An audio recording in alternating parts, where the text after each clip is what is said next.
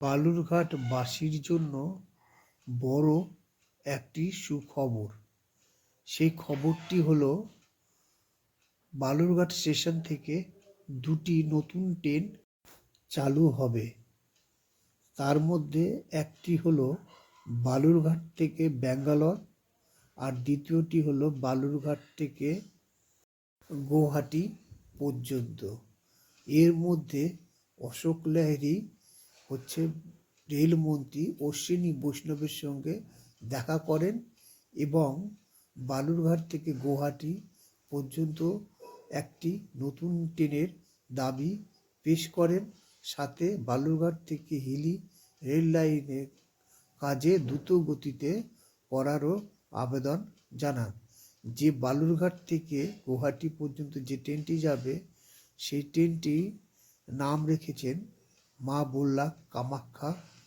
অশোক লাহিড়ী তিনি বলেন, রেলমন্ত্রী আমার কথা শুনেছে এবং আমাকে আশ্বস্ত করেছেন যে বালুরঘাট থেকে গৌহাটির একটি নতুন ট্রেন তিনি দিবেন।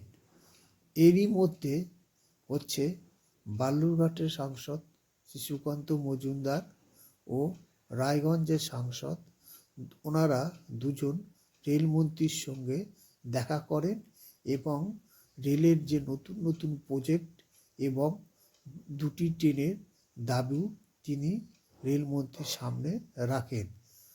নতুন রেল লাইন যেটা হচ্ছে বালুরঘাট থেকে হিলি এবং বুনিয়াদপুর থেকে কালিয়াগঞ্জ পর্যন্ত নতুন রেল লাইন পাতার অর্থ বরাদ্দ এবং গাজল হয়ে ডালখোলা পর্যন্ত আরেকটি লাইন সংযুক্ত করার আবেদন জানান।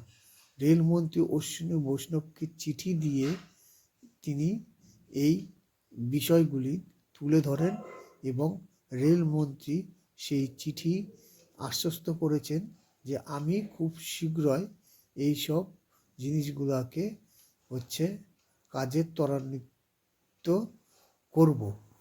খুব সম্ভবত এই বছরের ডিসেম্বরের মধ্যে নতুন দুটি ট্রেন চালু হতে পারে, না হলে পরে জানুয়ারি থেকে ফেব্রুয়ারি 2026-এর মধ্যে দুটি নতুন ট্রেন বালুরঘাট থেকে চালু হওয়ার কথা আছে।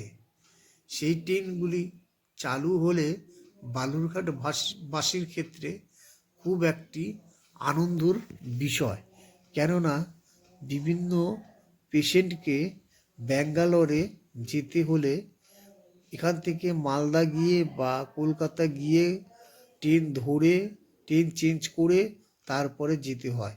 এখান থেকে চালু হলে পরে সরাসরি একদমে ব্যাঙ্গালোর যাওয়া খুব সহজ হবে।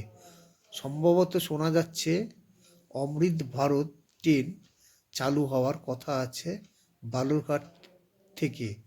কিন্তু এই ট্রেনের একটি ব্যাপার, এই ট্রেনে কোনো এসি কামরা নেই, যার ফলে খুব অসুবিধা হবে যাত্রীদের। যদি এসি কামরা থাকতো তাহলে পরে যাত্রীরা আরামে যাতায়াত করতে পারত, যার জন্যে খুবই একটা অসুবিধা দেখা দিবে। ভিডিওটি ভালো লাগলে লাইক করুন, কমেন্ট করুন, শেয়ার করুন। Thank you.